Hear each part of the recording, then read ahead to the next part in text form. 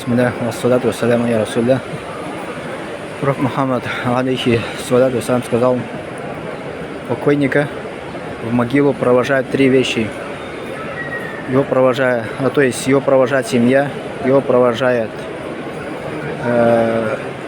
его благие дела, либо грехи, и его провожает его имущество. Двое обратно возвращаются, а один вместе с ним уходит в могилу.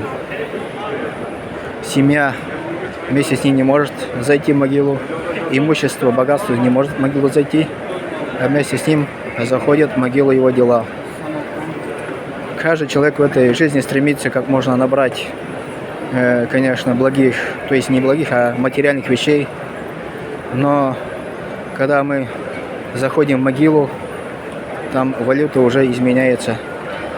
Если в этой жизни валюты у нас были рубли, доллары, евро и так далее, то в следующей жизни уже валюта будет совсем другая.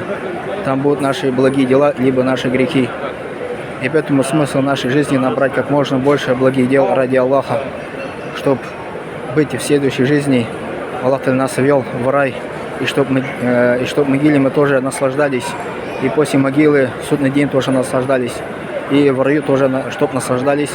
Нужно набрать как можно благих дел ради Аллаха.